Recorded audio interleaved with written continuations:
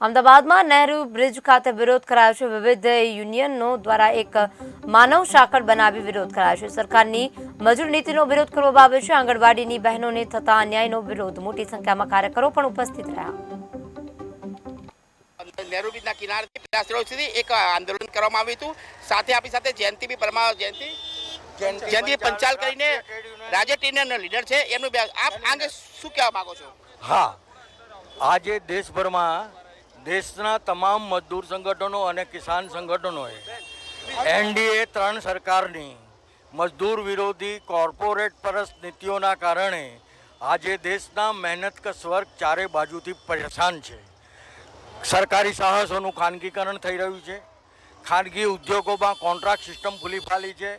લોકોને લઘુત્તમ વેતન આપવામાં આવતું નથી। મજૂર કાયદાઓનો અમલ કરવામાં આવતો નથી અને જે 29 મજૂર કાયદાઓ હતા એને આ સરકારે રદ કરી અને 4 નવા લેબર કોડ એવા લાગ્યા છે કે જેની અંદર મજદૂરોનું કોઈ અસ્તિત્વ પણ ટકે નહીં।